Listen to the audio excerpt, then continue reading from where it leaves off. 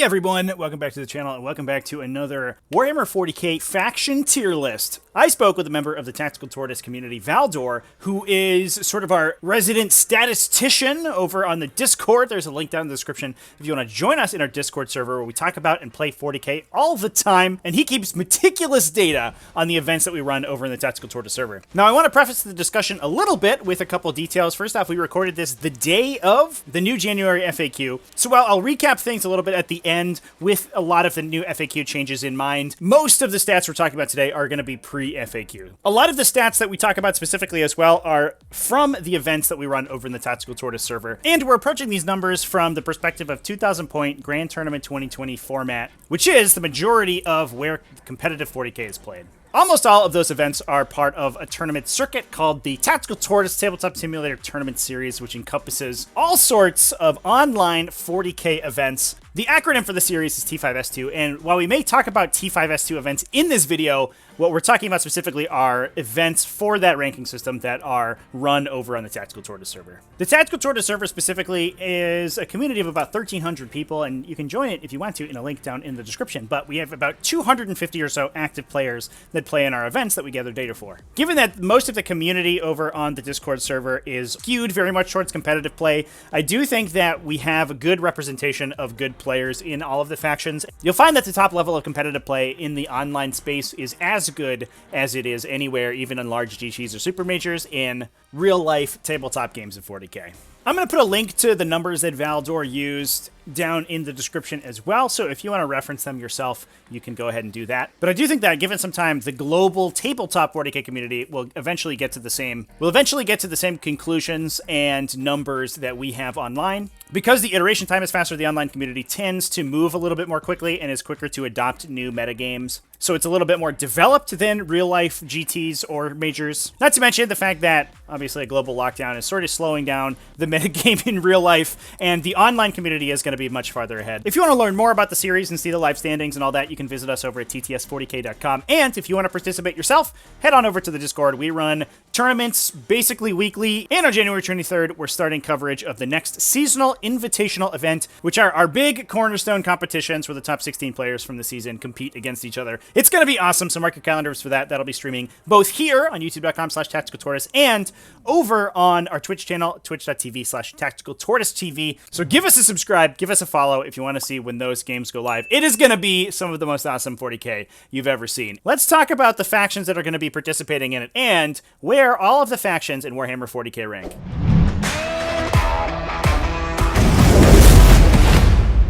What's up, folks? Welcome back to Tactical Tortoise. My name is Trevi, and I have the pleasure today of being joined by AtValdor to talk about a faction ranking of every single faction in Warhammer 40,000 in 2021. AtValdor is number 2 right now in the T5S2 standings for Season 2. Is that right? I think that is correct, yeah. Some Tyranid player squeezed me out. Ugh. Terrible. That's Tyranid Ben at number 1. Kudos to Tyranid Ben for killing it with Tyranid so far. Like, yeah, no, he's great. Holy crap. You know, it's an absolute monster with those guys. But AtValdor, I think he's number 1 in the world as well in BCP. On Tyranids, yeah. Yeah, it seems, I think there's a correlation there. If you're high on T5S2, you're also probably pretty good in the BCP world rankings. But AtValdor has been doing the Lord's work in doing a ton of math, just so much math, for all of the games that we play over in the Tactical Tortoise Discord, at least in the T5S2 competitive events, and determining from those the general win rates of each of the factions individually. So I thought it would be an awesome idea to bring him on to talk about this faction ranking, because he's good at math. So let's do it. All right, let's go. Let's go. So a couple things that we're going to be covering today. Obviously, we have almost all of the factions at 40k here. We've rolled a couple of the Space Marines together into Space Marine sort of super faction. I think we're going to be glossing over a couple of the factions that don't really stand independently. Like, I didn't have Ynnari on the list because they're mostly just a Craftworld offshoot. But some of the metrics that we're going to be ranking these factions on is their individual success and win rate, but then also their ability to succeed when they're combined with other factions, because some factions independently are very bad, or at least aggressively mediocre, but when they're combined with a second faction can do very well. And that's one thing, when we did our initial rankings way back in the day, we did not take that into account and looked pretty silly sometimes. So that's definitely going to be part of the discussion going forward. So, starting off, the first one on the list here, we have Space Wolves. Valdor, where are Space Wolves sitting at in their performance? This is actually one of the harder ones, believe it or not, to start with. Space Wolves have historically not done super great in T5S2. We have a couple really dedicated Space Wolves players who just jam them over and over again, regardless of everything, basically. And they were struggling early in the year. They have picked up quite a bit, though, recently. I've seen some very good Space Wolves performance in the last, at least for T5S2, in the last month or two. And I know that they do slightly better outside of T5S2. Yeah, it definitely feels like, especially with their new supplement and access to all of the standard Space Marine tools, it feels like the Space Wolf archetype is still kind of being sussed out. And the hill that I'll die on is that people play too many Thunderwolf cavalry, and I know a lot of lists were sort of banking on those big kind of tanky units like that, and just were not doing very well. But as I think they move closer towards what we'll find it to be the standard Space Marine list, which sort of focuses on the faster models, things like Vanguard veterans and Inceptors and maybe Blade Guard veterans. And I think as Space Wolves start to adopt those models, they're probably going to be seeing an increased win rate going forward. Yeah, and I also think especially at the start of ninth, there was the phenomenon where people would just run their eighth lists, and Yeah. that did not Yeah, work for Space those poor Wolves. Like that's Wolfen, just bad. they did not Yeah. make the transition well. Yeah, I think the middle is probably a good place for them. Yeah, yeah, I think They're there's right around a 50% win rate. They yeah sometimes do well, they sometimes don't. Like, definitely some room for upward mobility. I think some people, I think Space Wolves are some of one of the weaker Space Marine factions, and certainly they don't put up amazing results. But I do think that there's the potential for them to be very good. I think they're really good. I think the Dreadnought list of Space Wolves are highly competitive. their unique units have a lot of potential. The Absolutely, unique Space Wolf units, and four they plus just people invulnerable haven't quite saves figured it out yet. everywhere. Yeah. Next up, we have a really interesting one, and I'm excited to hear your thoughts about this one. We have Necrons. I mean, definitely S or A. The question is which one. Yeah. It feels to me like they're a little bit more in A tier. I think one of the strengths of Necrons is that they're very flexible, but a lot of their more, sort of powerful lists are kind of one dimensional. They just have a lot of different ones. Right. Not to say that any of them are particularly bad, but, if you can answer the vehicle spam, or you can answer the Silver Tide, or you can answer, their OBSEC beast spam, then you can beat them. But in order to beat Necrons in general, you have to be able to beat all of those. And Right. while that does, I think, make for some decent individual results as a whole in the faction, like sometimes, some archetypes just fall down and don't do very well. Yeah. They do seem to be settling around the custom dynasty pregame move plus give everything OBSEC, Oh, which is yeah. very powerful from a ninth edition perspective, because like even if you end up killing a billion Necrons and they only manage to kill a few of your units, you might end up losing the game on points because they were all over the board and they OBSEC everything, and it's just like, oh, okay. Yeah, it also, speaks to the flexibility that they have, because unlike, like a Rights of War combo in Space Marines to give stuff objective secured that wouldn't normally have it, the Necron custom faction trait affects everything besides Catan, if I remember correctly. Right. So, we saw in the Death and Glory RTT finals was Necrons versus Space Wolves, actually, and the Necrons There you go. had no infantry models on the table. It was all vehicles and monsters, and almost the entire list had OBSEC. So you just don't even need to bring the Necron warriors, and that's just indicative of like the super cool builds that Necrons can do. I'm really happy with where they stand as a faction. They don't feel super powerful. They feel sort of very fair, but also the swath of good lists that they can create is immense. Yeah, they have a lot of flexibility. You can sort of tune them to your local meta because like you can take them in several different directions, and like depending on who you're playing against, like different styles of Necrons will be better or worse. So they have the ability to be tuned, so to speak, and that I think gives them a lot of strength. Next up, we have Genestealer Cult, which I'm not sure if we have any data on, have at least one. from our events. One submission. Somebody finally registered Genestealer Cult, but like, yeah, we have no idea for T5S2. Right. And I think that probably is going to be a similar experience in the rest of the meta. I don't know if anybody's playing Genestealer Cult right now. There are, I think, a couple people who have had success with them just, from the fact that the Hand Flamer buff was a big deal for the faction. Like, they are sort of premier infantry sweepers. I think they have, access to those Ridge Runners at just a billion heavy stubber shots. They have the Hand Flamers that could potentially be double shooting and just, put out 1,000 strength 3 shots. And in the Tyranid super faction specifically, one place the Tyranids struggle is in those high volume matchups where your opponent has a ton of stuff. And Genestealer Cult certainly helps out there. That said, nobody's really playing it, and for that reason, I think that's indicative of the fact that the faction is either just difficult to play or is very much struggling. So it feels to me like somewhere towards the bottom for our poor Genestealer Cult boys. I might actually disagree. Hot takes.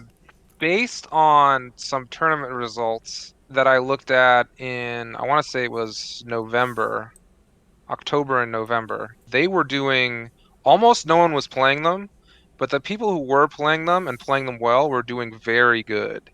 So best faction in the game? No. Okay. It's just hard to evaluate. Yeah. I think that there's somewhere in the middle, honestly. There's also potential of souping them with Tyranids, where you can take the best of Genestealer Cult and the best of Tyranids, like support Genestealer Cult with Hive Guard, for example. Yep. And Tyranids also have a little bit more resilience than Genestealer Cult. Not that that's saying too much, because Tyranids are pretty squishy to begin with. But Genestealer Cult generally don't stand on objectives very well, but Tyranids do okay. So, they definitely complement each other well if you can fit the points in the list. Right now, it's a little bit tough. Yeah, I mean, I think this is kind of like a little bit like the Thousand Sun situation, which we may get into later, where it's like almost no one's playing them, but the people who are playing them are doing really good. So where do we put them? I don't know. That's true. Yeah, it's a little awkward. Personally, I'm feeling like C-ish. But definitely with the asterisk that they might be really good. Who knows? Right. Yeah. I would say upper C with an asterisk saying, like, they might be great, but we just don't have enough people playing them to say for sure. There you go. Little asterisk. One of the things that's going to be interesting in this video is I took all the faction icons for these, and keeping them straight is going to be interesting. This one, right, is going to be Chaos Space Marines. This one's going to be Chaos Demons. I don't know if that is canonically the case, but that's what we're going with. So we have generic old Chaos Space Marines. How are we feeling about them? I mean, they're struggling, for sure. Probably somewhere in C? Yeah, I don't think they're, Tau bad, as it were. Spoilers. But they're definitely struggling. I think that it's just hard. It's just hard as a Chaos Space Marine player right now. Yeah, they're currently, sort of recording the video in January 2021, right as in the turn of the new year, and Chaos Space Marines still without their second wound on a lot of their infantry. A lot of their infantry is dramatically costed. They're expensive stuff. I will say, I do think that there are some old staple combos that may be coming back. I've seen some incredible stuff out of the old Crimson Crown combo that uses Chaos Demons with Chaos Space Marines, and a lot of the new datasheets they got in the IAC are really powerful. Decimators are the one that's kind of burning stuff up right now because their Mortal Wound Gun, the Soul Burner Petard, got a wound roll, which means it combos with Crimson Crown, and they average something like 11 or 12 mortal wounds. That said, you're banking your entire game plan for your whole faction off of like a tough to 7 vehicle, so maybe not the best thing ever, but I do think that there is some play in the faction. Yeah, and also since Emperor's Children are still not a separate faction, Noise Marines, with all their buffs and popping out of a drill or, whatever, however you're figuring to get them out, drop pod, whatever, like, they're definitely still a threat, and then they die, and then they shoot you as they die. Like, for sure, there are some tools in Chaos Space Marine that are powerful, but I think putting together a list is hard. It does feel to me that the metagame, specifically for the Noise Marine bomb, the metagame is kind of toxic to it. You have a lot of the lists that are doing well, as we'll talk about, are very MSU style, and the Noise Marines really want to pick a big thing and then dump all their buffs out and kill it. Right. And the other issue is that a lot of, especially Space Marine lists, are hinging on a 2+ armor save, and Noise Marines have no AP, so they struggle against those two specific things. So I think I love the Noise Marine combo, and like, if there's any excuse, if I can find an excuse to play it, I will. And unfortunately, right now it just seems so difficult to get the value out of that unit, especially because it's like a 400-point unit with how they're currently costed. Yeah, they definitely do a lot of damage, but the question is, are they worth the investment? And the answer to that question is maybe, but a lot of the times not so much. Yeah. Moving on, we have Craftworld Eldari. How are they doing? Well, this is an interesting one as well. I guess they're all interesting to me. I don't know. I find this topic interesting because the conventional wisdom is that they're terrible. Yeah, but I think some of that comes from people who are playing them at the end of 8th, where Mekhdar were just blowing everybody up. And they're not that, for sure. Thank goodness. They're not. Oh my god. They're not, yeah. But on the other hand, they're not like, again, spoilers, they're not Tau either. Yeah, they do still have a couple archetypes that are pretty good, independent of other Eldari subfactions. There's just MSU lists that are solid. They still have expert crafters, despite the fact that Space Marines lost their Magister Artisans. Eldari still haven't. It's still in there, and so you can spam, D cannon platforms or vibro cannon platforms and put a bunch of damage down range. You can, play the light vehicles, like sort of the mid-range vehicles and just have like sort of a high volume of really mid-range shooting. Like sort of the Eldari gun line is for sure real. Whether it puts the faction in the top, I don't think many people are playing it, and the people that are, I think, are struggling a little bit, but they definitely have some archetypes that are still useful. Yeah, I think that I would put them in the middle, I would say. Additionally, I think, again, another hint as to what's coming up, but the arguably best faction in the game can sometimes benefit from a Craftworld attachment to flesh it out. So I think that also is worth considering. Yeah, we just saw the Season 1 Invitational finalist, Liam Thistle, playing in Quarantine Hammer GT Finals, and he won it with a mixed Eldari list. He had a Craftworld Eldari Outrider detachment filled with Shining Spears, and he had the Incarn making an appearance, as well as Harlequins. Just putting as many resilient bikes on the table as he possibly could. And yeah, he took down the event, so there's certainly some play in the Eldari super faction. Was he in the finals in the Invitational last year? He was. He played against Jaime Paris in the final round. Unfortunately, really bad matchup into Space Wolves with like sort of pre-nerf Judiciaries is tough for a Harlequin Eldari player, but Judiciaries used to be amazing. Now you never see them. Yeah, I played against them a couple times. They're okay, but certainly the 3-inch range versus the 6-inch range is a big deal. If you are teching against Harlequins, though, I think still considered Judiciaries. They're pretty good. But I know you're champing at the bit to get to the next one because it's your very favorite faction, the Dank Angels. Probably true. The Dank Angels, the dankest of angels. Yeah, and some pseudo leaks today with points values for a Deathwing Strike Master and a Inner Circle Initiation rights. Very exciting. So I think we have, given that they're so dank, we'll put them down in D and just move on. No. So when referencing Goonhammer, when they recently wrote some of their stuff, I forget whether it was December or November, they thought that Dark Angels and Deathwatch had a lot of tools and potential to move up to the top, but they just hadn't seen results yet. Certainly true of one of those two sub-factions. Yeah, we have shown in T5S2 that properly constructed Dark Angels are a huge threat. Oh my gosh.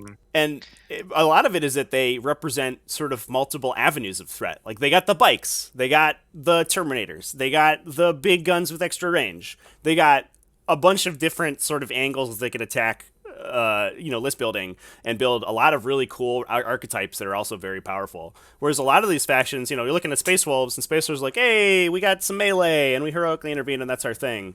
And Dark Angels, have 4 different things going on at the same time that you can focus a list on or put into or sort of soup together for a list. They just do so much stuff. They do everything.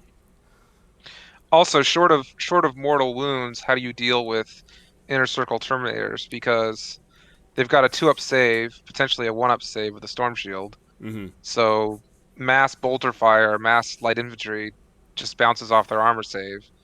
then you shoot your melta-guns at them, but you're only wounding on 4s because of inner circle, and it's like, Yeah. how do you deal with them? Short of having a bunch of mortal wounds, there isn't really a good option at this point, I Yeah, don't think. and the one weakness of that list typically is sort of split scenarios because it's focusing entirely on move 5 models that are sort of trudging across the table. Right. Except then you also have an entire sort of sub faction full of Ravenwing stuff that moves 20 inches and can teleport Terminators off of it and goes for days. The Ravenwing can also move twice, which Yes.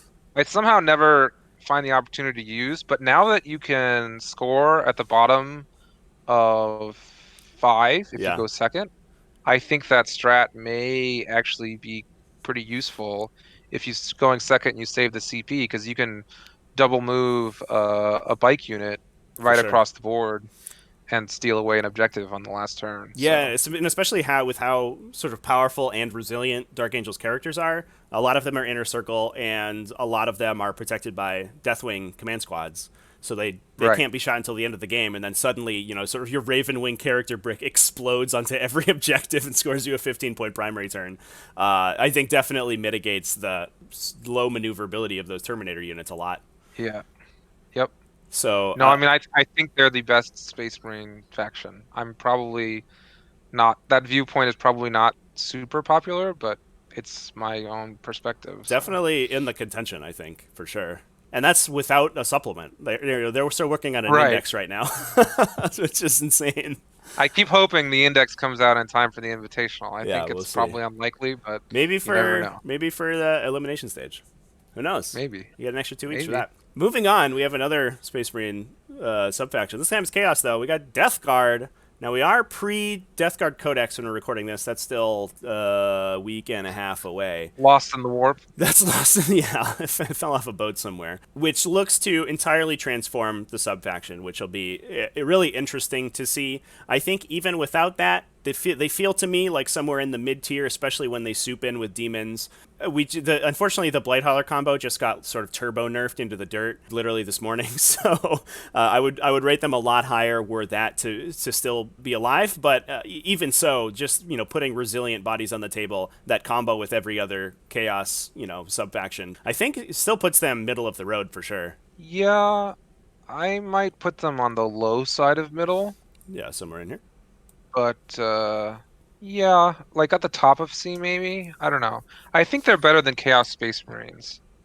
Are they better than Genestealer Cults? That Genestealer Cult's so hard to figure out. Yeah. I think that's probably a good spot for them, the top of C. Yeah. I think that's fair. And that's obviously likely to change in a couple days when that new codex comes out and people start ripping it apart, because it sounds like the stuff that they're going to be doing in that new book is going to be really powerful, and potentially, if it is powerful, potentially totally shakes up this 2 damage meta that we're in right now, with mass damage reduction across the board. I mean, if you think about it, Necrons pre their new codex were probably also top of C, right? And now they're in A tier. Yeah. So like, it would not surprise me at all if past as prologue, that Death Guard end up in, somewhere in A tier. We're just cycling everything up. Moving on, this is going to be an interesting one, I think. Imperial Knights. I don't know if we've had any Imperial Knights showing up places. Now, people have had a little bit of success with them, but certainly on their own, it doesn't feel like they have a lot going on. Having an entire faction that gets wrecked by the obscuring keyword is a little bit frustrating, I can imagine. And while they can fight over objectives pretty well, I think, is what people are finding. Originally everyone's like, well, they're going to get obsects off objectives, and it sucks. But you do put a knight on an objective, and it's going to kill everything there, and then stand on it for a while. That said, the anti-tank to kill them is certainly still in the meta, and the core mechanics of the game sort of are fighting against them. In addition to their secondary scoring issues, right? They still give up Titan Hunter 315 points. Like, they still have issues scoring a bunch of secondaries. Like, you also have the problem where there's so much melt-a-gun or fusion gun or equivalent in the meta right now that it's just like, it's hard to be a big vehicle. Like, It just For sure. it's a tough spot to be in right now. Yeah, and I mean, some factions they're not kill tanks, right? Right, You know, I was about to mention the kill tanks. Yeah, yeah. I mean, certainly you can get you can get away with the toughness 24 wound stat line, but only if those wounds cost you like 10 points apiece. And Imperial Knights are certainly more expensive than that. So are we looking at the bottom for Imperial Knights? Sort of, I guess probably top of the I bottom. think so. All hail King Yeah, of the I mean, we can losers. move them around a little bit, Yeah. but I think they're in the bottom for sure. Yeah. Next up, another maybe bottom tier here. We got Drukhari. How are we feeling about Drukhari? I don't think we've had a I lot of actually them. played against a Drukhari player fairly recently. It was the max. Is it racks that they regenerate, or I don't know enough about So yeah, Drukhari, racks are the small base infantry, the toughness 4 ones. and they can like come back to life somehow Yeah, so they have like a Tide and of Traitors redeploy. ability. That Yeah, the downside is that they're only units of 10, but in Prophets of Flesh, is that the name of the subfaction? They get a 4+ invulnerable yeah, save, so I they're think actually so. really hard to chew through. I think these are kind of I think these might be in the same sort of vicinity as Genestealer Cult, where Mm-hmm. it's like I don't know. I think they have potential, but I haven't seen it. Yeah, I guess I've seen Genestealer Cult win GTs outside of T5S2. I've not seen that from Drukhari, so I might put them below Genestealer Cult for right now. tiebreaker. But certainly again, their codex is coming out soon, and Right, like that's true. it Yeah, would not surprise me at all if they ended up in A tier yeah. once their codex came out. We're not quite in spoiler season for their codex yet, so we're not quite as We do excited know that about it yet. Incubi got a big buff, right? I believe it was a preview from the Yeah. new book. They Yeah, got so like better weapon skill and they better. do mad damage, yeah. And Yeah, Drukhari certainly have a couple things going for it. I always they have, like Racer Wing Flocks are really good, just individual models you can put on the table. They have the Urguls, they have like ways to put just an immense swath of models that can stand on objectives. And obviously being an Eldari faction, they're fast and they're maneuverable and they can do all that stuff. Yeah, it'd and be we should interesting also to watch mention them again, they have potential to soup with the uh with Harlequins. as to yet unmentioned top Oh, yeah. faction in the Sorry. game that potentially I didn't say anything. push them higher because they you can also put them in Craftworlds. Like you can get value out of a Drukhari soup Yep. as a patrol or whatever in a bunch of different ways. So that I think they should be in. They have upside potential. They're like Gene Stealers. I think they're C with an asterisk. Yep. Next up, a really interesting question. Faction just got a brand new supplement recently, and everyone is either complaining about or writing off, which I think is really interesting, is Blood Angels. I do not have a lot of confidence. we had one guy who spiked a 4-0 in T5S2, just like slammed it in. Yeah. But I believe that he is the only person. Every other Blood Angel player, excuse me, has failed to get to 3 wins in a 4-round tournament with Blood Angel. And there's a bunch of them in the pods right now. Like if you look at the 4 most recent pods, there's like a bajillion Blood Angel players, and none of them are doing particularly well right now. I think they're below Space Wolves. I just think the Space Wolves have more useful tools in their unique units than the Blood Angels do. Yeah, I think an interesting thing to mention about all of the Space Marine chapters is that their floor is very high still. Even if you just build a Blood Angels list that's like that just looks like a White Scars list, and it's got the Vanguard veterans, it's got the Blade Guard veterans, and it's got the Primaris Apothecary, and it's got a gun. Yeah, it's gonna do well, and all that stuff right? gets They got the new what is it? Descent of Angels is better with shooting than with. I want to say Inceptors, but Inceptors also just went up in points this morning, so yeah, they're probably still playable, but yeah, it's only 5 points in model. Like for a Plasma Inceptor, that's only a 10% increase. Like I'd still run the heck out of that. Like if your faction is good with your sub faction, excuse me, is good with Plasma Inceptors, I'd still be running Plasma Inceptors even at +5. If you're playing Dark Angels and you want like the bike synergy, I'd probably be more inclined to switch to like multi-melta attack bikes, but not ATVs. Speaking of the FAQ this morning, RIP ATVs. They were barely playable before. Now they're just they had one combo unusable. Everyone was worried about that turned out to be drastically mediocre, and they removed it. Yeah, I mean, I could see putting them above Craftworld. I could see putting them below. I think they're fine right there. Yep. I think the bottom of B is fine for them. Yeah, unfortunately, the new supplement really sort of gutted their game plan from 8th edition. They do sort of the same thing, just strictly worse, and it's just kind of a frustrating place to be, I bet, for a Blood Angels player. Well, they're a melee Space Marine chapter, but you've also got Space Wolves, White Scars, and Black Templar to think about, and it's like, well, why would I do this if I could do that? Moving over, we have the one that I'm going to gush about. It's Tyranids. I think Tyranids are in such a weird place right now. Some people doing really well with them, and some people not doing so well with them, and so they feel very, very much sort of middle of the road, at least in the statistics that I've seen for the faction. Slowly creeping up, I think, as the optimal builds get sussed out. But right now, it feels to me like they're somewhere in the middle. I might be inclined. Oh, I would put them higher than that. I think they're better than Space Wolves. Well, that's not true. I'd rather fight Space Wolves than the Tyranids any day. Really? That is a hot take. Let me tell. I'll give you a metric that I used. Okay. Every time I lose the roll to go first with Tyranids, I lose. But every time I've lost the roll to go first with Space Wolves, I've won. So that's my experience. Actually, it's interesting. The win first percentage from the ITCB data says Tyranids are one of the most resilient to going second. Yeah, that's really interesting. That's hasn't been my experience at all. It's a while.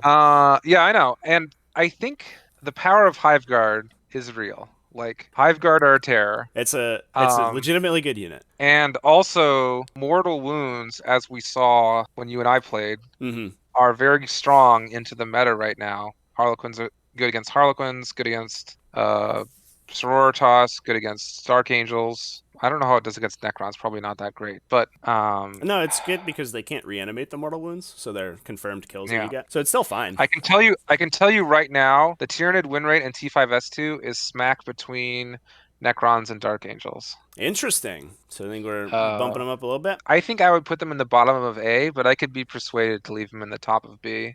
Right. Personally, especially when you consider, like, again, the upside potential where you soup them with Genestealer Cult. Yep.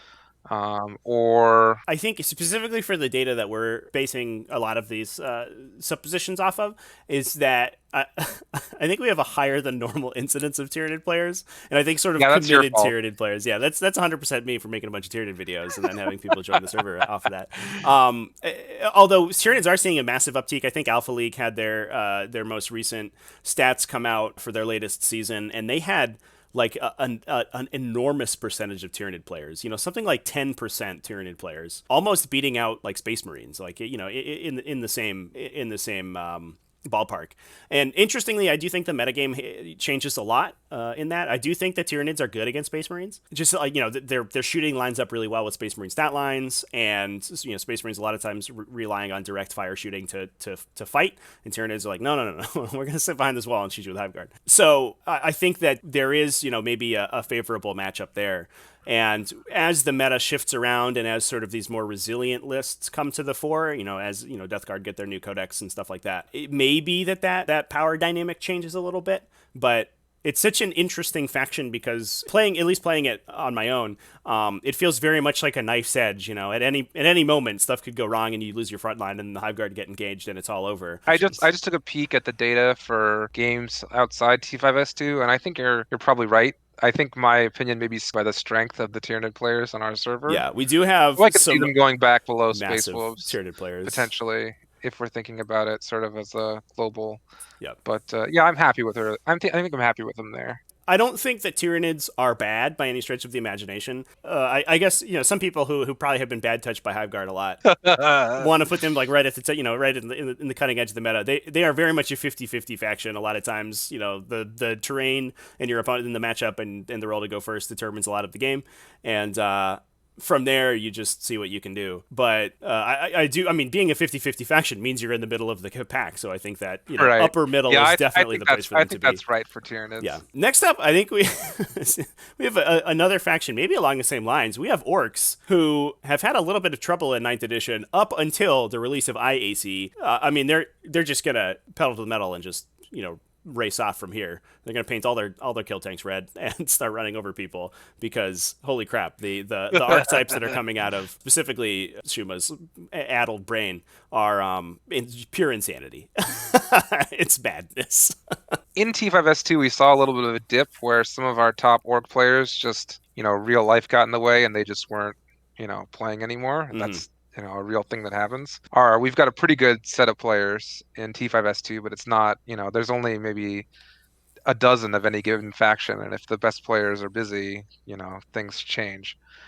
But in terms of globally, I think outside T5S2, the sort of mass boys strat, the boy horde, I don't know what the right way to call it is, Gazcol plus a bunch of boys, that just like a green has tide. been a consistent, not like amazing performer, but it's always a threat. And I think now that we're seeing some innovation, both within our own server and elsewhere, looking at sort of some of the more underutilized orc vehicles, I definitely think there's upside potential there. I would still probably put them somewhere in the middle, though, I think. Yeah. Like, I don't think they're with Dark Angels and Necrons. They're somewhere in the middle. The question would then be where. Yeah, I feel like they feel very much sort of tyranny to me, at least until their builds, I think, they settle a little bit. But, I mean, part of the power of the faction is that they can present kind of multiple angles of threat in a single list build.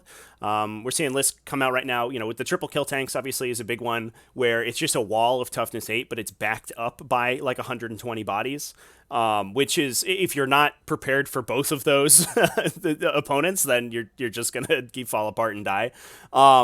And there's also, hyper resilience lists with custom stampas that can put out enough damage to kill like 2 Imperial Knights in one shooting phase. They're just sort of very flexible in those lists because they can back them up with just the pretty solid troops options that Orc has. I'm not going to say boys are great, but if you want to put, 200 relatively dangerous troops, OBSEC models on the table, they can certainly do that. And they've got the commandos there to, nab objectives or do secondary, do scramblers. Like, they've got a lot of tools. Are you able to put those tools together to make a tournament-winning list? I don't know. It's difficult for sure. Like, they have real potential, but it's not easy. Mm-hmm. So I could see them going anywhere in that B tier, honestly. Like Tyranids, like some of the other factions in B tier, it very much depends on player skill. These factions can win a tournament, but it's difficult. Or you could be a new player and just get totally stomped and feel bad playing Orcs. So, it could go either way. Yeah, it's definitely not an easy faction to play, especially since a lot of their stratagems are kind of hilariously overcosted. So and also because they tend to run multiple detachments, they tend to be strapped on CP. So, effective CP use is really difficult for them. Also, knowledge of the combat phase is absolutely is super important. And then, you also have to have matchup knowledge. In some matchups, your boys are worthless. We were just talking about in the Discord that 5 Vanguard veterans with the right combination of stratagems will just kill 30 Orc boys in one go. It's not that hard. And knowing the situations in which that happens and which front you have to project to your opponent is very important. You can't just jump into your opponent's deployment zone every time and expect to win the game because you will often lose. It's like, they're a melee faction, so they want to get up in your opponent's face. But the fact that the board is smaller, getting all their bodies into where you want them to be, like if you're deep striking or jumping or whatever, a unit of 5, it's like, okay, I can find a sliver here, a corner there. Right. If you're jumping 30 boys, like, it's easier. Pretty easy to screen you out. I think the power of the jump has definitely decreased. I do think sort of to that matchup knowledge point, the immediate impetus is to jump those boys into melee sort of directly to put them on the table. But the really good Orc players, what you'll see them do is to jump, just onto side objectives and to jump, and just stand around and they can soft block you into your deployment zone and they can just hold primary all game. But knowing when to do that is very important for Orc players. I also see people put the big boys squad in the teleporter so that they don't just get blasted off the table turn 1, because you often can't find terrain to safely deploy them behind because they're so big. So making those tough choices at the beginning of the game, having a good game plan. Like, Orcs have potential, but it takes a lot to to pilot them well. Yeah. What doesn't take a lot to pilot well is Space Marines. Let's talk about those guys. I do think, from my experience, Space Marines saw a big drop off when the 9th edition Codex came out. The raw power from the 8th edition Codex wasn't there. Thank goodness. There's no Ironstone Repulsor Executioners. It seems like Games Workshop has learned their lesson and is not releasing codexes of that insane value anymore. But it feels to me that as the new abilities in the Space Marine Codex are being discovered, they are becoming gradually more and more powerful and getting, sort of an approximation of that level. The resilience that these Space Marine lists can project is insane. They have these incredible melee MSU units. It's an army composed entirely of 5 model elite units that are also very fast and also punch super hard and are also almost as difficult to kill as Custodes. They have really good shooting to back it up. The interesting thing on the flip side, though, is that I think as the faction gets sussed out, the variety of lists is decreasing. It feels like we mentioned before, they are very much angling towards a single archetype that will be sort of the Space Marine list, almost regardless of what your subfaction is. It does seem to me like they should be right around the very tippy top. I don't think so. Garbage. But they're the worst. So, I mean, we've got Dark Angels, we've got Space Wolves, and we've got Blood Angels here. Mm-hmm. I think they're worse than Dark Angels. I would take Dark Angels over Salamanders or Black Templars or White Scars any day. White Scars do have some potential, but Kian and Ash and I both toyed with the idea of playing White Scars and both decided that it wasn't there. I think that you can stomp all over people who aren't prepared for it, but once you get to sort of the higher end matchups, it does feel very more one-dimensional. You're going to move forward and you're going to attack with your lightning claws and you're going to hope the best. I think another thing that's a factor, which I don't know how you evaluate this, but because Space Marines are so popular, I mean, they make up something. If you roll all of them together, Blood Angels, Space Wolves, etc., you end up with something like 30% of the meta. They make up about the same percentage of finals tables because the good Space Marines get there and the bad Space Marine players don't. And so it's you're going to see them if you're playing Tyranids or Necrons or whatever. So you take that into account in your list construction. Mm-hmm. And so that makes it harder for the Space Marine player. Does that mean that Space Marines are a worse faction because people are building around killing them? I don't know. It makes it harder to win with them, but it's because people are building their list with Space Marines in mind. So it feels to me like looking at the raw statistics for Space Marines almost doesn't matter as much because there are, so many people who are just playing Space Marines to play Space Marines and aren't necessarily using the faction to the fullest extent of its power. I was just watching a game the other day and, it was all foot salamanders, into a Hive Guard double Exocrine gun line and just, being removed from the table in massive swaths. And I was like, this is not the Space Marine experience that I am used to. I do think that to some extent that looking at their overall win rate maybe is a little bit deceiving. It also you have to think about it's in the Space Marines umbrella, you've got both White Scars and Imperial Fists. Right. And one of those is better than the other. And so it's do you average the two out or do you count based on what their uppermost potential is? Yeah, that's true. I do think that, like we mentioned with Blood Angels, the floor of Imperial Fists, is still pretty high. You're still Space Marines, right? You're still playing Space Marines, and that was, I mean, the first time, one of the ways we caught flack the first time Shuma and I did a faction ranking on the channel is that we just sort of evaluated each Space Marine chapter individually, without taking into account that at least at that point, every chapter could just take 3 Relic Contemptors. It doesn't matter, what variety, what flavor of Space Marine you are, what color you paint your armor. Your Relic Contemptor might be slightly worse than the other guy's Relic Contemptor, but it's still a Relic Contemptor. Those Relic Contemptors are long gone now, but you can still take Blade Guard veterans with an apothecary behind them, so it's probably fine. You'll do okay. Yeah, I looked at this Goonhammer data. Imperial Fist had the worst win rate among Space Marines. Yeah, that's apparently Blood Angels have the best, but I don't know why that is. So I mean, they're all pretty close to 50%. And again, like we said, there's so many people playing them that is the win rate really the right thing to look at? You know, it's Space Marines got weaker when their new codex came out, but they're sort of like slowly crawling back to where they were. I don't think they'll ever quite get there, which is probably a good thing, because where they were before the Codex was pretty problematic. Yep. But if you have this idea in your mind that the Codex somehow made them way better, I think you're just wrong, like demonstrably so. Right. The Codex made Outside them of Dark different and Angels. made them more in line with the rest of the factions, which I think is a good thing. Yeah, I do think it buffed Dark Angels significantly. Mostly Yeah, because of Inner absolutely. Circle. Yeah. But yeah, every other I would faction put them, definitely went down. if it were me, I would put them at the top of B tier, but I'm comfortable with them at the bottom of A tier. So. B tier's filling up pretty quickly, so I like A Fair enough. for Space Marines.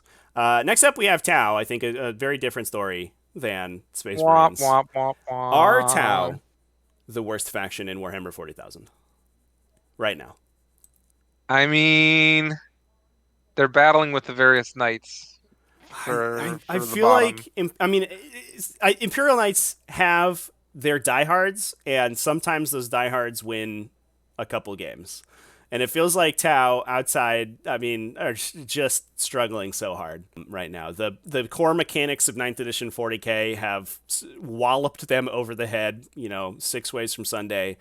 It's so difficult for that army, especially, if they lose their roll to go first and can't ranged alpha strike you, you just get engaged in melee and that's it. You're done. Also, what do you put on an objective that lives? Yeah, I think it's like piranhas right now are one of the few things that they have going for them. Some of the big monsters, I know there's a couple people in our server who are playing the big battle suits and doing okay, but it feels so inconsistent, especially against a meta game that's filled with like Sisters Repentia and a bunch of Meltaguns and the things that will just eventually kill them through their savior protocols. Especially since your drones are really expensive now and you can't bring that many of them. There is the Remora stealth drone flyer tech, which not everyone knows about yet. That's true. Yeah, the which are aircraft that stupidly busted, that are but hyper maneuverable. They always have cover. They're hard to hit, Mm-hmm. so they have a 2-up save. They're -1 to hit. They're just crazy good, but like. Is that enough to carry you to victory? Yeah, they're like a weird. They're also aircraft keyworded, so regardless of how hard you're winning, winning the game. If they're not, they can't hold objectives. So if they're the only thing left in your army, they don't do anything and you lose. Tower, right there at the bottom. I'm sorry. I do think they're probably fighting with another faction. We'll talk about momentarily, but for bottom space, I do think Imperial Knights probably have something going for them, but Tau, it feels like maybe don't. Tau player proved me wrong. Yeah, come on. Yeah, link in the description down below for the Discord. Get in here, play some events. Tell us we've had one Tau player make it to 3-1 this season. Oh boy. Yeah, 400 players. I was looking through BCP a couple weeks ago for a video to look at Tau win rates, and I wanted to find some undefeated Tau lists. I could not.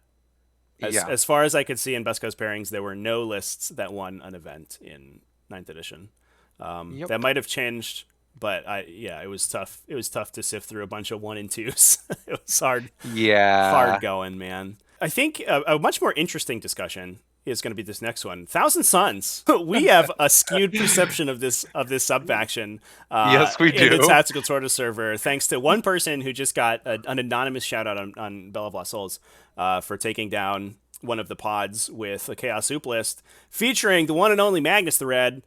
Yeah. Oh boy, our Thousand Suns in a really weird place right now, but not a bad one, I guess. They have the tools, right? It's like, in particular, I mean, we've been dancing around it for a while, but like, Harlequins are a huge threat and like are dominant at the top table level. Mm-hmm. And Thousand Suns just poop all over them because Harlequins do not stand up well to mortal wounds. Yeah. So they've got that going for them big time. They also don't easily kill Mag. What are they going to do? Shoot Haywire at him? Like hit him with some Skyweavers? He's like, I don't care about you. I'm just going to kill that unit in melee and then kill another unit in the psychic phase. Right. And then their ability to sort of bring in supplemental tools from the Demon Codex and the Demon Detachment.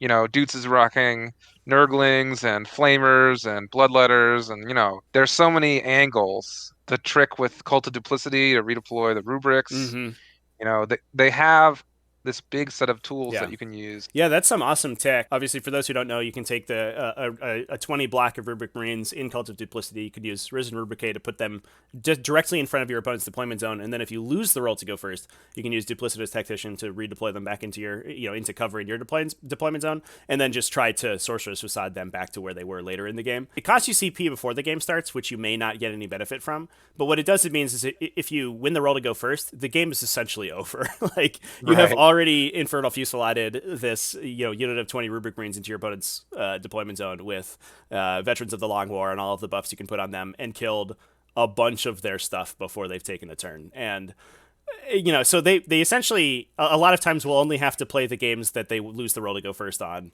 and even then, like, Magnus can stand in the corner, so most of your stuff is out of range, and then warp time into the middle of your army and kill everything on the bottom of one instead of the top of one. So it's a faction that you get some free wins with it, which is good, and then all you have to do is learn to play the games going second.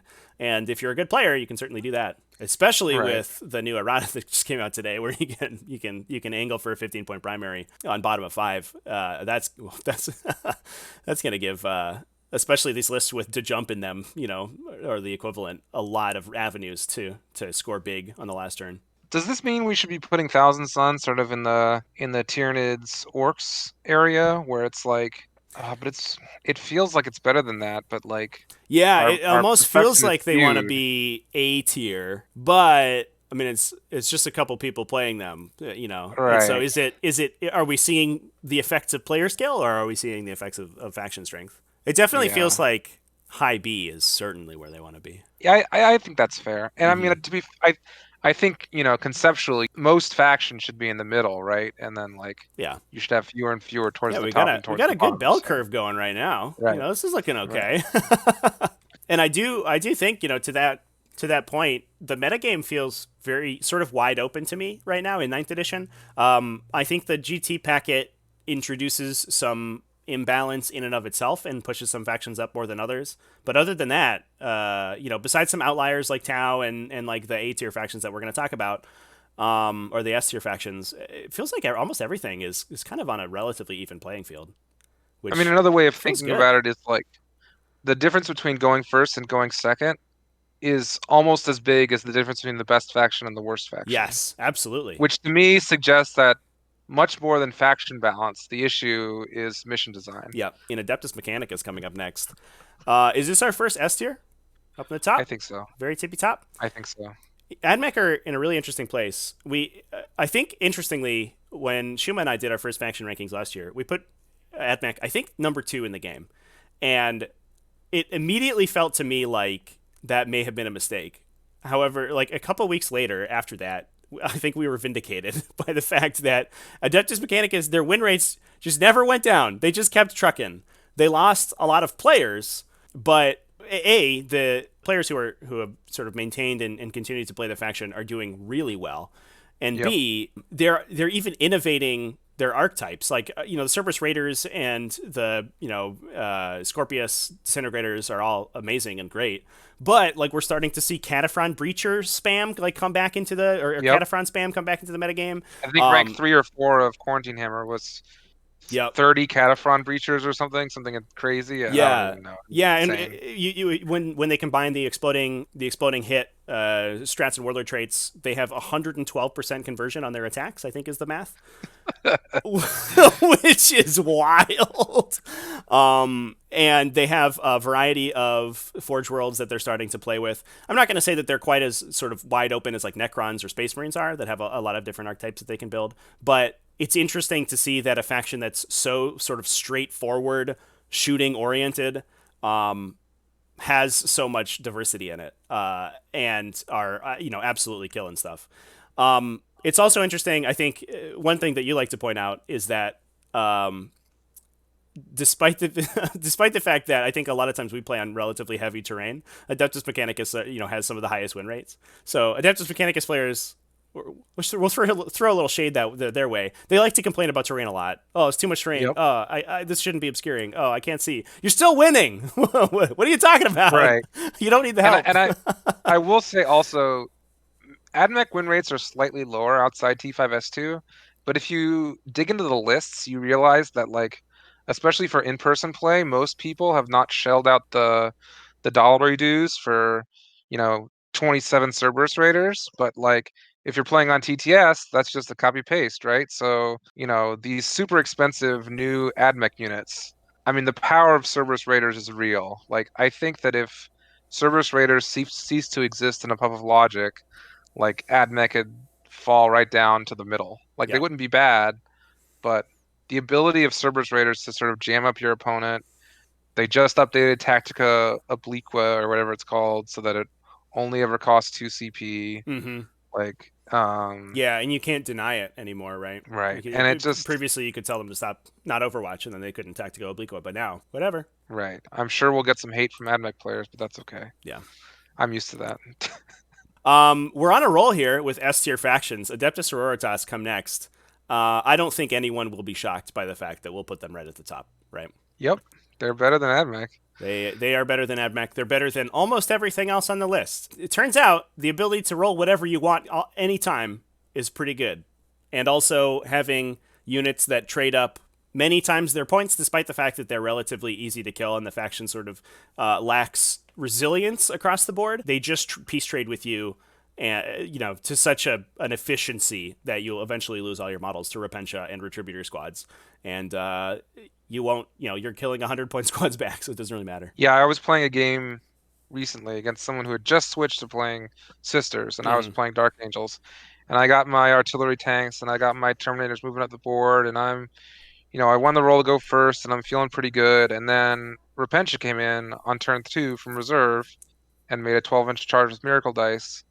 And then Repentia came in turn 3 from reserve and made a 12-inch charge with Miracle Dice.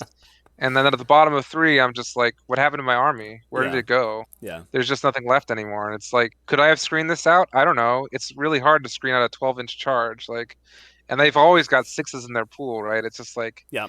I was talking to the abilities that let you get extra Miracle Dice are almost like a must take in Sisters, because the power of Miracle Dice is so big, and it just there's just unbelievable. There's a common refrain from Sisters players, which is, well, you still have to roll the Miracle Dice. But you don't. It's always a 6, and you know it. There's like 3 5s and 6s in that pool, and then there's 1 you're going to use for morale. Get out of here, Sisters players. You're always rolling hot. Yeah, they are phenomenal, and will continue to be phenomenal for a while, I think. Even if people start to tech against them, I think Infiltrators are coming back into Space Marine lists to screen out those big, long miracle charges, and some technology like that is happening. Even if that happens, they're just going to shoot you with melty guns instead, or jump out of a rhino instead. They have lots of play. Hit you with mortifiers, right?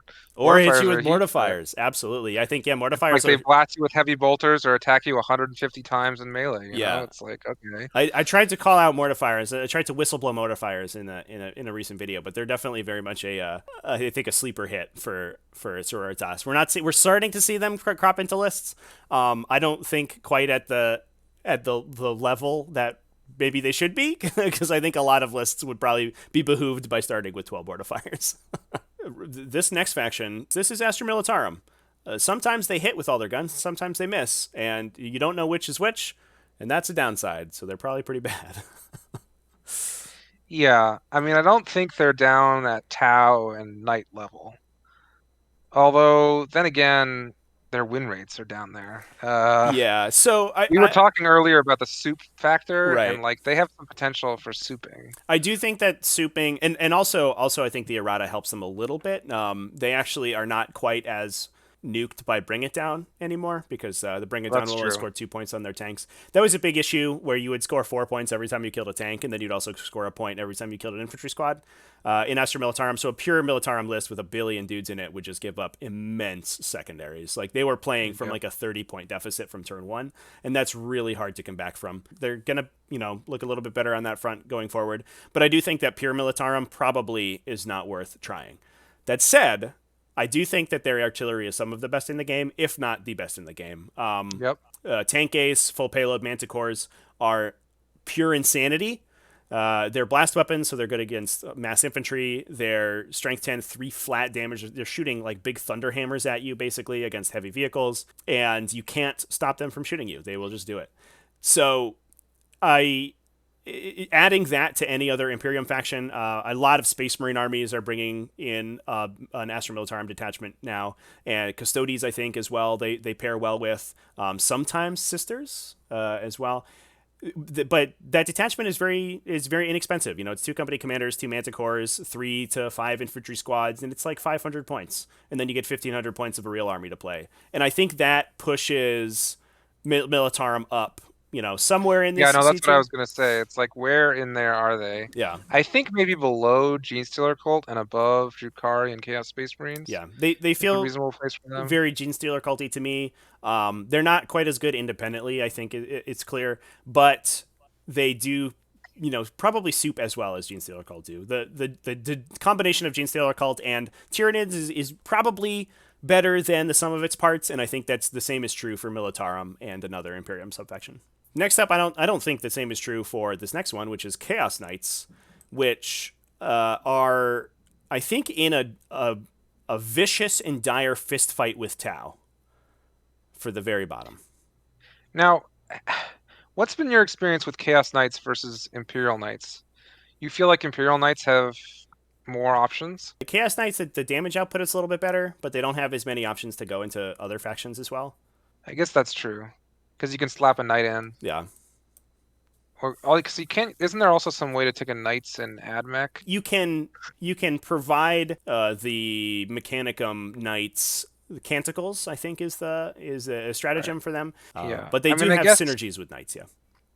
And of course, you can put a Chaos Knight as a soup with other Chaos factions. Or you could have Magnus. So This is true. Hmm.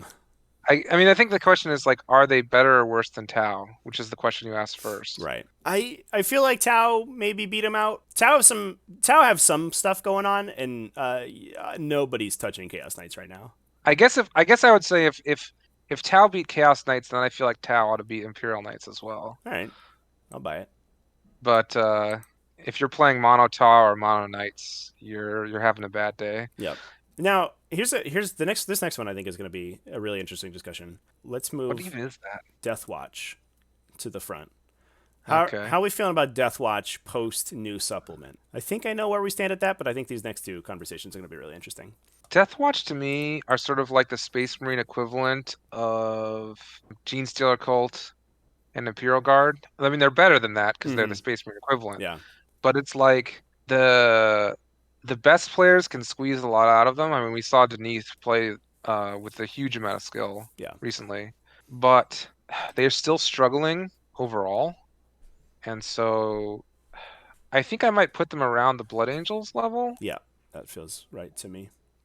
Maybe under, maybe over. I guess I'd prefer to put them over because I think they're cooler than Blood Angels. But yeah, that's my they certainly personal bias. Have more unique and interesting things going on than Blood Angels. Blood Angels are sort of like, White Scars 2.0, I guess. Like maybe White Scars 1.0. But Deathwatch, I mean, they have the Indomitor kill teams, which is really interesting. They have like their combat squadded Proteus team, so they get infantry bikers. They have, they can take 5-man Outrider squads, which is cool. The Beacon Angelus just by itself, I think, makes the faction just interesting in and of itself. But it's a lot of tricks that don't do anything at the end of the day. I think it's like sort of like they pay efficacy for being classy, I guess. Right. I think reasonable people could reshuffle our B tier, but I think most of our B tier factions are B tier factions. Yeah. Your experience may vary, Yeah. but like all these factions are somewhere in the middle. I do think that they are probably just innately good against some of the top stuff. They're good against Harlequins for sure. Like, they just have good stat lines to fight them. They take a lot of the Primaris infantry with storm shields, which is relatively, or just Space Marine infantry with storm shields, which is relatively resilient against a lot of the stuff that Harlequins are doing. They just have a lot of attacks. There's storm bolters everywhere. You got some heavy bolt rifles, maybe some Inceptors are hiding in there, and they're just blowing up Harlequin stuff all over the place. So I do think that is a strength of the faction. Yeah, I mean, I played. Smash cap that they ignores got the Xenophase Smash Cap. That guy is sick. with the mastercrafted Xenophase blade. Amazing. And yeah, but I don't think that really pumps them up the power level that far, because it's just sort of one matchup that they're good into. And we saw the matchup between them and Thousand Suns. As soon as you run into those mortal wounds that everyone is bringing to also fight Harlequins, Right, they just fall exactly. directly apart. Yeah. No, my invulnerable saves and my 2+ armor saves, and no, my bikers, everything's dead. Yeah. Rip. All your wounds are very expensive in Deathwatch. Yes. Man. And then especially once you have burned your Beacon Angelus and your teleporters are in, most of your army are Space Marine infantry, and as soon as the bikers get taken out, which they will, it's very slow. It tends to be kind of unmaneuverable, which is too bad, because I think that was traditionally one of the strengths of Deathwatch, is that they were one of the most maneuverable Space Marine chapters, but now everybody's got jump packs, so it doesn't really matter as much. All right, so we have two really interesting factions here to round things out before we put Harlequins at the top of the table. The first one's Adeptus Custodes, which came out of the gate swinging with the absolute thunder of the Emperor in 9th edition, and have slowly started to fall off as people play against them, and as I think but more missions with split scenarios start to crop up. But how are we feeling about Adeptus Custodes so far? I think they're either an A or B tier, and I'm trying to think about where. I like them bottom A, I think. That was my initial thought as well. Yeah. It's like they're worse than the best Space Marines, but they're better than the worst Space Marines. Yep. And so that puts them kind of in that area. Yep. Yeah, I think that's fair. Yeah. They still are a big threat, and they also work well in soup, right? With absolutely Imperial Guard, or sometimes you see them with Space Marines. Yep. Like sometimes you see them with Sisters. Yep. Yeah, they don't have a detachment ability to lose for souping in, or a sub-faction trait to lose. So like Sisters will lose their rights and Space Marines will lose their doctrines, but Custodes don't care. They'll hang out with everybody. So you're not losing too much for bringing those guys, and they are still individually very powerful units. Yeah, I think the bottom of A is the right place for them. Yeah, and then and some interesting things to be coming out of Custodes right now. Obviously, the Storm Shield change was a strict buff to Custodes. Their Storm Shields used to just give them 3+ invulnerable save all the time. It turned into giving them a 1+ armor save and a 3+ invulnerable save, because it stacks with their detachment ability for +1 to their invulnerable saves. So that's really powerful. Storm Shield Custodian squads just sitting on objectives are just impossible to move. Those things, like, they don't die to guns. Basically no guns in the game kill those models. And it's, difficult to get melee over there that fights them, that doesn't then get murdered by the one remaining Custodian standing on the objective. The whole faction's OBSEC, which is really good. Lists with triple Telemon Dreadnoughts and using Venatari. Triple Telemon. Yep. Oh, God. And then using like Venatari and bikes, especially shield captains, to sort of threaten objectives and add some more mobility are, I think, coming up. I don't know how much got buffed in the Imperial armor, right? Yeah, for sure. I don't know how much I rate the triple Tenemon on this, to be perfectly honest. It feels to me like bringing more Aquilon Terminators maybe is the way to go, but right. It's working for some people, and I know a lot of people are really worried about playing against that list specifically, especially lists that are relying on like 2 damage weapons really get wrecked by the Dreadnought spam. I've also heard good things about the other non-Telemon Dreadnoughts. Yes. And I think they've not been fully explored yet. Yeah, I think the potential Glacius Contemptor with the shield, that one's really good. I mean, again, it's like the Space Wolves thing, right? It's it's a 4+ invulnerable save, -1 damage. Like, what are you gonna do? Right. Just bounce right off this guy. Yeah, so they have a lot going on. The big downside is that once they're from Golden Light is done, you're on the table, and your whole arm moves 6 inches, and that's it. You live here now. I know, at least as playing Tyranids, a faction whose stat lines do not match up well with Adeptus Custodes. It is a nightmare matchup to play. They ram those Aquilons directly into the middle of the table, and it is like a great fist punching through the center of my army and ripping out its heart. Soft, squishy belly. It's brutal. It's a brutal matchup. Now, speaking of soft, squishy bellies, this last faction, or second to last faction we're going to talk about, has a lot of them. This is Chaos Demons. What even are Chaos Demons doing right now? Yeah, Because I don't know. here's the question, right? Chaos Demons, I think, in the numbers that we have, are right down towards the bottom in terms of win percentage. They're not highly represented. They're sort of in the middle of the road. They're better than the other Chaos factions. Yeah, but on a lot of the statistics that are being posted elsewhere, like Slanesh demons specifically have like a 65% win rate. They just crush everything they touch. That's a sub-faction that plays directly into 9th edition. It's so hard, especially for elite, like small model count elite armies, to engage it, because you're running into Auras of Acquiescence, you're running into Forbidden Gems, and you just get shut down and then brutalized by demonettes, with double fighting and AP up the wazoo and a bunch of running attacks.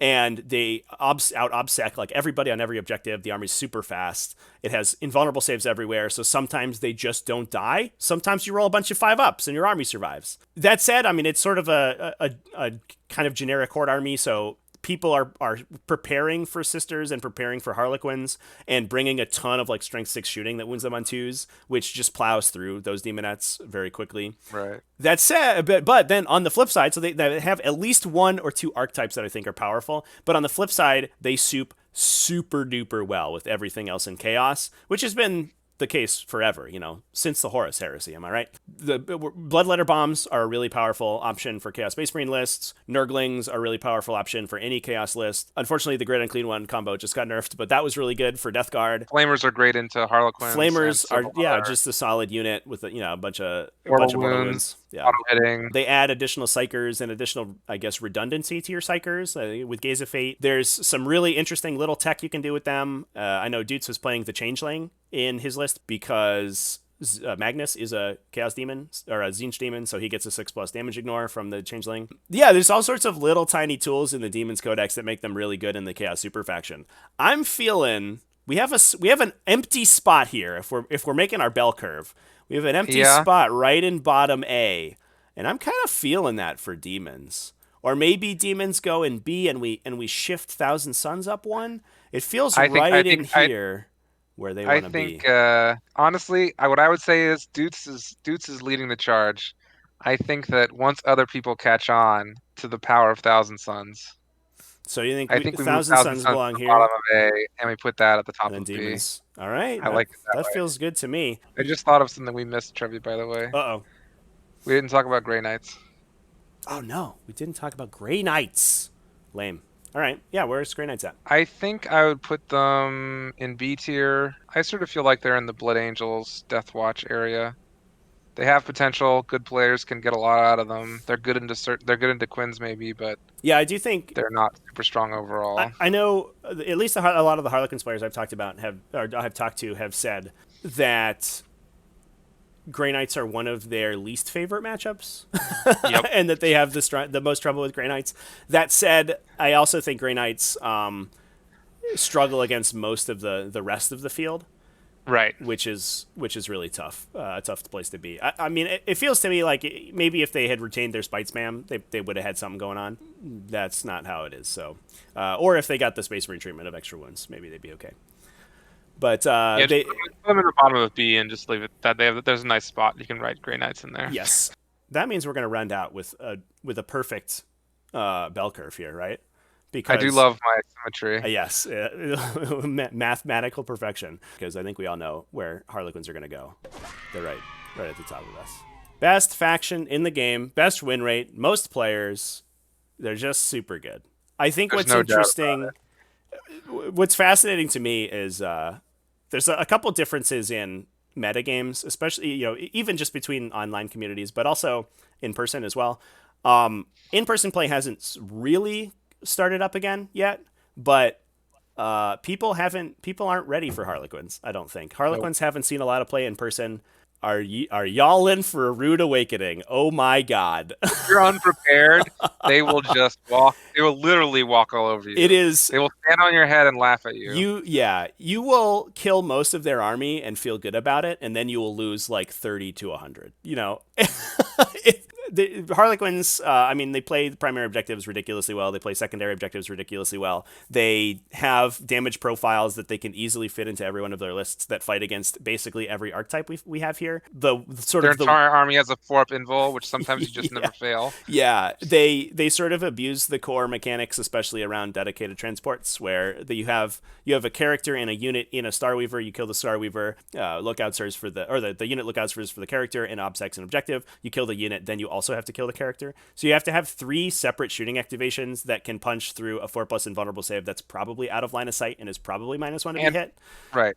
And potentially -1 to wound as well. And potentially -1 to be wounded. Just on top.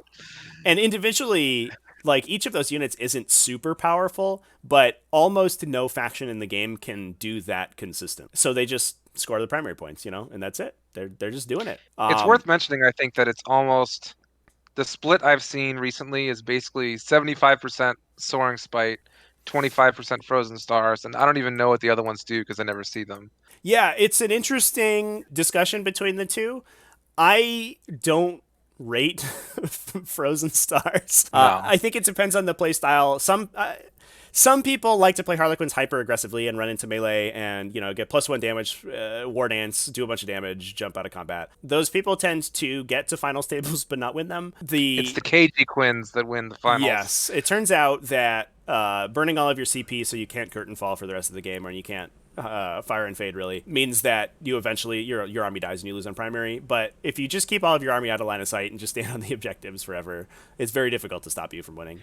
Just run away with your Starweavers into all the corners of the map. Yeah, it's just like, my little Terminators are pumping their chunky legs as hard as they can, but they just never get there. Mm-hmm.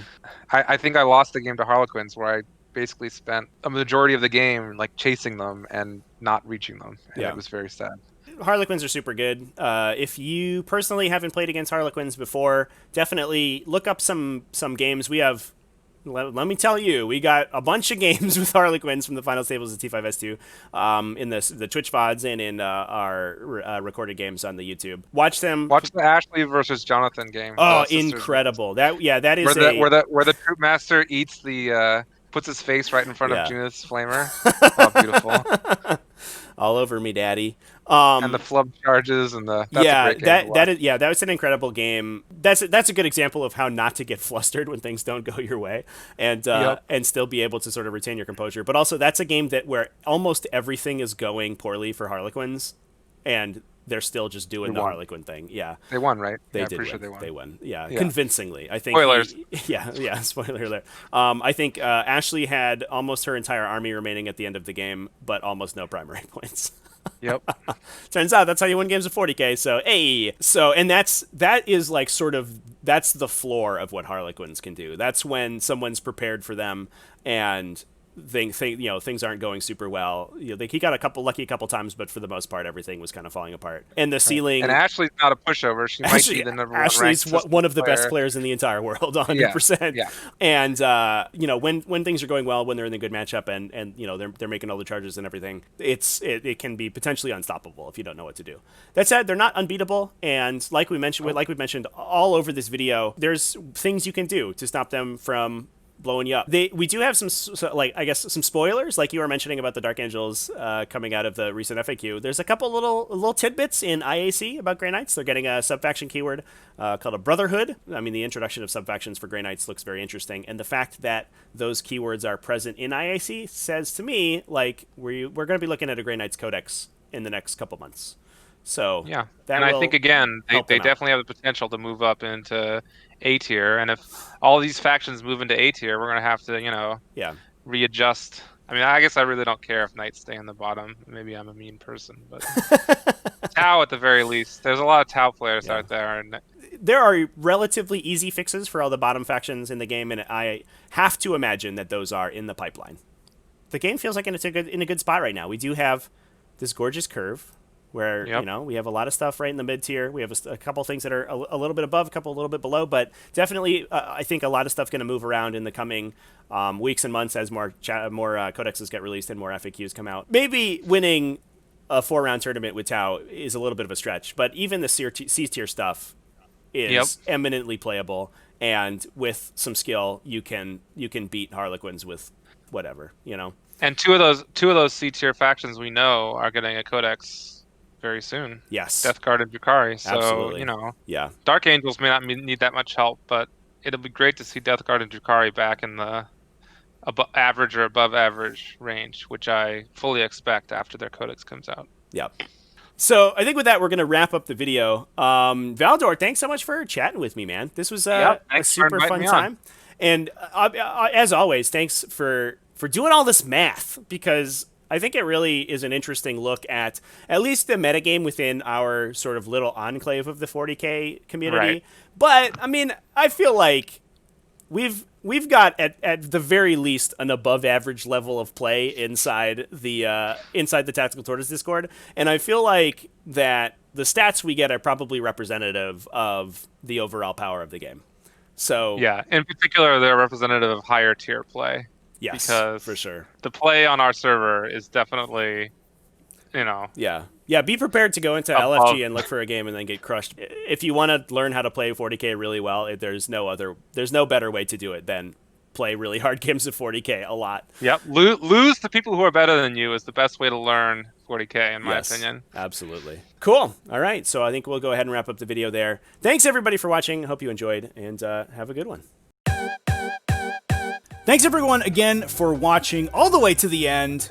This was a marathon of a video, and I'm excited that we got it done, but I do think that our rankings that Valdor and I came up with were pretty close to what the metagame is going to look like going forward into 2021. I did take the liberty of massaging the tier list a little bit after the fact. As I mentioned at the top of the video, we recorded this the day of the FAQ, and a lot of our numbers had not been taking the FAQ changes into account. I spoke to Valdor. Since then, we've both played a bunch of games and have come to a little bit more concrete opinions about where things stand.